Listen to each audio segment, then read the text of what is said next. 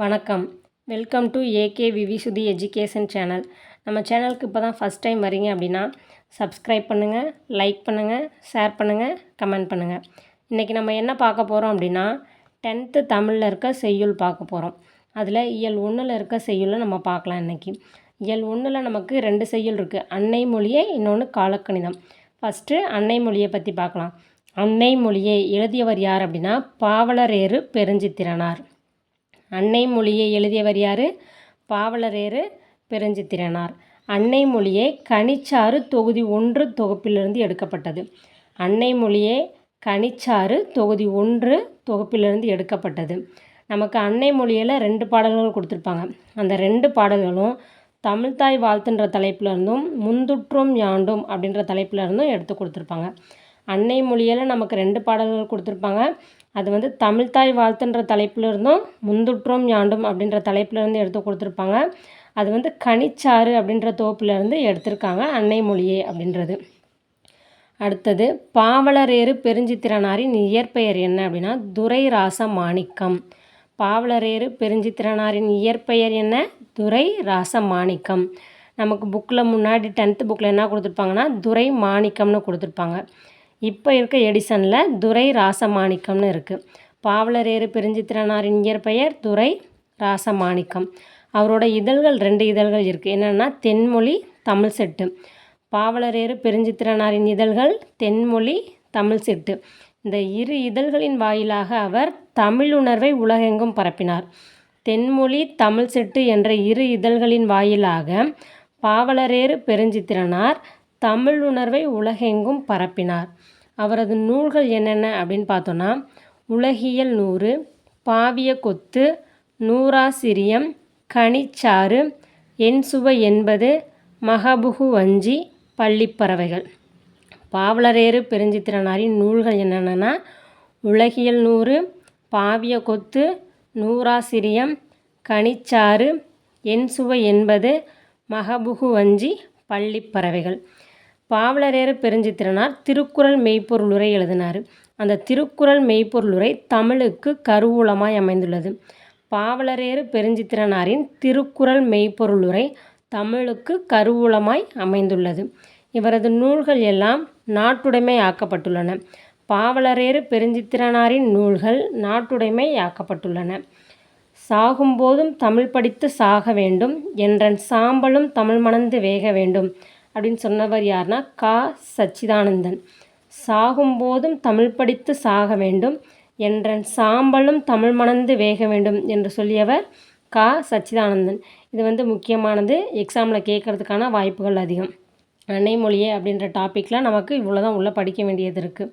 அன்னை மொழியை எழுதினவர் பாவலரேறு பெருஞ்சித்திரனார். அவரது இயற்பெயர் துரை ராசமாணிக்கம். அவரது 2 இதழ்கள் தென்மொழி, தமிழ் செட்டு. அவர் தமிழுணர்வை இந்த இதழ்களின் மூலம் உலகெங்கும் பரப்பினார். கனிச்சாறு அப்படின்ற தொகுப்பிலிருந்து அன்னை மொழியை எடுத்திருக்காங்க. அதில் தமிழ்தாய் வாழ்த்து, முந்துற்றும் யாண்டும் தலைப்பில் இருந்து நமக்கு பாடல்கள் கொடுக்கப்பட்டுள்ளது. சாகும்போதும் தமிழ் படித்து சாக வேண்டும் என்றன் சாம்பலும் தமிழ் மணந்து வேக வேண்டும் அப்படின்னு சொன்னவர் கா. சச்சிதானந்தன். அவரது நூல்கள் 7 நூல்கள் இருக்குது. திருக்குறள் மெய்ப்பொருளுரை தமிழுக்கு கருவூலமாய் அமைந்திருக்கு. இவரது நூல்கள் எல்லாம் நாட்டுடைமை ஆக்கப்பட்டுள்ளன. அடுத்தது இயல் 1ல் என்ன இருக்கும் அப்படின்னா காலக்கணிதம். காலக்கணிதம் யார் எழுதுனா அப்படின்னா கண்ணதாசன். காலக்கணிதம் எழுதியவர் யார்?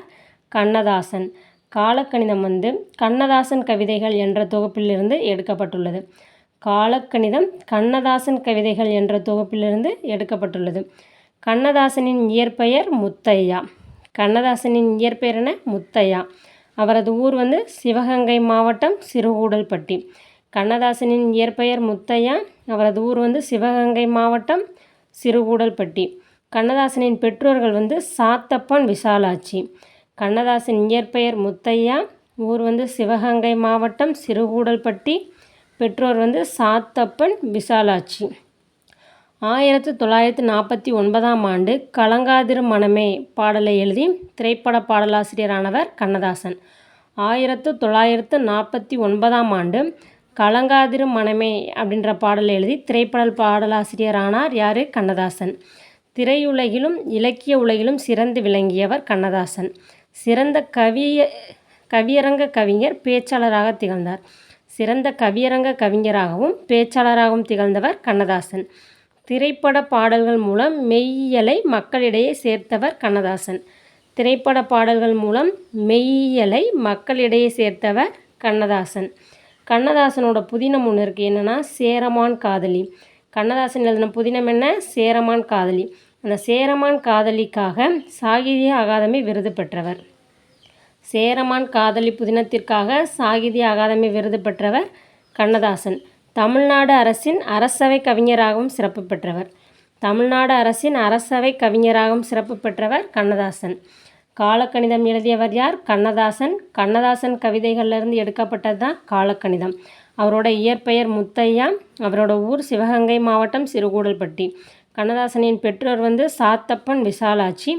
1949ஆம் ஆண்டு கலங்காதிரு மனமே அப்படின்ற பாடலை பாடி திரைப்பட பாடலாசிரியர் ஆனார். திரையுலகிலும் இலக்கிய உலகிலும் சிறந்து விளங்கினார். சிறந்த கவியரங்க கவிஞராகவும் பேச்சாளராகவும் இருந்தவர். திரைப்பட பாடல்கள் மூலம் மக்களிடையே மெய்யியலை கொண்டு சேர்த்தவர். சேரமான் காதலி புதினத்திற்காக சாகித்ய அகாதமி விருது பெற்றவர் கண்ணதாசன். கண்ணதாசனோட புதினம் என்னன்னு கேட்டாங்கன்னா சேரமான் காதலி. கண்ணதாசன் சாகித்ய அகாதமி விருது பெற்ற புதினம் சேரமான் காதலி. புதினம் நல்லா பார்த்துக்கோங்க. சேரமான் காதலிங்கிறது புதினம். எழுதியவர் யார்? கண்ணதாசன். தமிழ்நாடு அரசின் அரசவை கவிஞராகவும் சிறப்பு பெற்றவர் யாருன்னா கண்ணதாசன். ஓகே, இது இயல் 1 10ஆம் வகுப்பு இயல் 1ல் இருக்க செய்யுள் காலக்கணிதமும் அன்னை மொழியும் பற்றி நம்ம இன்றைக்கி பார்த்தோம். இன்னொரு வீடியோவில் நம்ம இயல் 2 பற்றி பார்க்கலாம். அதுவரை உங்களிடமிருந்து விடைபெறுவது ஏகே விவிசுதி எஜுகேஷன் சேனல். தேங்க்யூ.